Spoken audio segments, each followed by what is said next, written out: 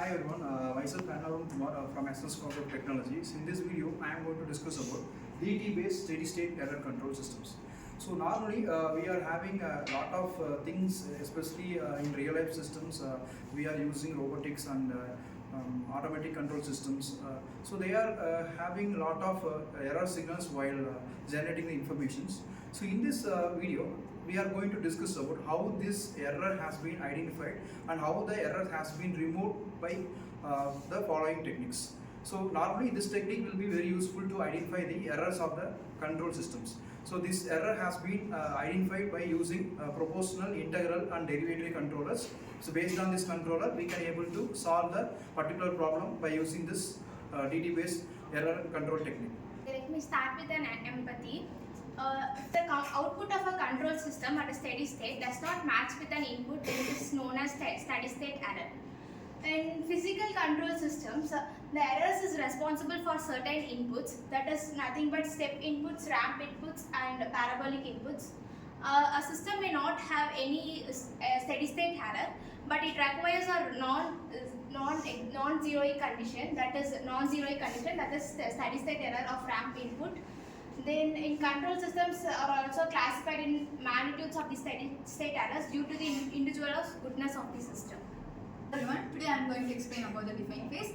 In this define phase, the unity feedback control of the control system provides the open loop transfer function. Under this transfer function, the denominator Sn, in Sn, n denominates the pole at the origin. A system is called type 0, type 1 and type 2. In this, n0, n1 and n2 respectively. The static error constants are figure of merits of the control system. The higher the constants, the lower the error. And then in the given system, the output may be the position, temperature, and then velocity, pressure, etc. Therefore, in what follows, we shall call the output position, the rate of change of the output velocity, and so on.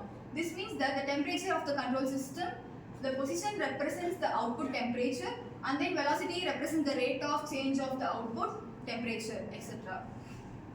And this, in this table, it represents the step input, ramp input and the acceleration input of the type 0 system, type 1 and the type 2 system respectively. In this, the type 1 system of the step input is 0. The ramp input of the type 1 system is 1 by k, and then the acceleration input of the type 1 system is infinity. In this, the step input of the type 2 system is 0, the ramp input of the type 2 system is 0, and then the acceleration input of the type 2 system is 1 by k. I would be taking the ideate part, and here the system is shown in the following figure. As it is the input, and g of s is known as the transfer function, c of s is known as the output, and the closed loop transfer function is the formula defined as the c of s by r of s is equal to g of s plus g of s by 1 plus g of s. The transfer function by transfer function, and the t of a s plus 1 is defined as the transfer function, which is added into plus 1, and s of n is defined as the system network, which is defined as the t into 1 s plus 1. And then the transfer function between the signal and the input signal is defined as the e of s by r of s is equal to 1 by 1 plus g of s, and the limit is into the t into infinity. Steady state error is defined as which is the input and output signal are here, and the error occurs between it. And the e of s is defined as the 1 by 1 plus g of s into r of s. And as the steady state is defined as the e of s is equal to limit tends to t of infinity into e of t. And whereas in the next column we are able to see the limit is equal to s tends to 0, and which is equal to the e of s. And e of s is in the sense it is known as the s into r of s by 1 plus g of s. And the final value theorem is used here, which is used to provide the transfer function and the output function, and the output signal is defined by using it, and whereas the input signal is also provides a convenient way to the steady state performance as it is said. And at last, the steady state error of the system, where we can cancel the s and s with the 1 by s, and the final output we can derive is the 1 by 1 plus g of 0, and the static position is defined as the k of p is equal to limit which is tending to s tends to 0, and g of s is equal to g naught, and the constant k of p is defined as the interim to the static position. Static position can be absolutely defined here, and e of s is equal to 1 by 1 plus k of p. Prototyping is sample part of the system. Here we are using an RS, which is an input signal, and ES is an error signal. So these two signals would pass to the controller, which controls the entire system, and the output of the controller passes to the plant, which acts as the room for the regulation. And with that we use the feedback element, which is called H of S. So from that we obtain the output Y of S. So here G of S is a transfer function and H of S is a feedback. Once the transfer function founds any error, that will send as a feedback to the H of S. And this is the formula for the transfer function includes G of S by 1 plus G of S, H of S minus G of S.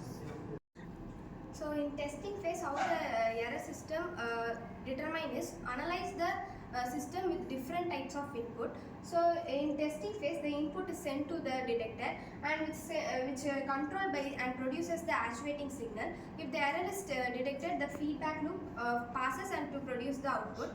And there are three types of the system identification: type 0, type 1 and type 2. So which is to identify the different types of poles, and the step input, ramp input, parabolic input to find the position error, oscillation error and velocity error. So here the type 0 system shows the testing results. So in step input, which is constant, and ramp input infinity, and parabolic input it is infinity. And in type 1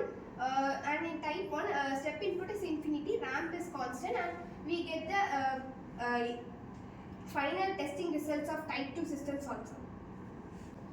So I am going to conclude the session. So far now we have discussed about error detection, effect of control, effect of gain, feedback control and limitations. So let us see, error detection means adding integrators, that is increasing system type, reduces or eliminates the steady state error for specific inputs. For instance, a type 1 system which has 0 steady state error for step inputs but a finite error for ramp inputs. Next is effect of gain. Increasing the system gain can reduce the steady state error, but excessive gain may lead to instability or oscillations. Feedback control. Proper controller design such as proportional integral or proportional integral derivative control can help minimize or eliminate the steady state error while maintaining system stability. And last is limitations. Even though steady state error can be minimized, practical limitations like sensor inaccuracies, actuator constraints and external disturbances can introduce residual error. Thank you.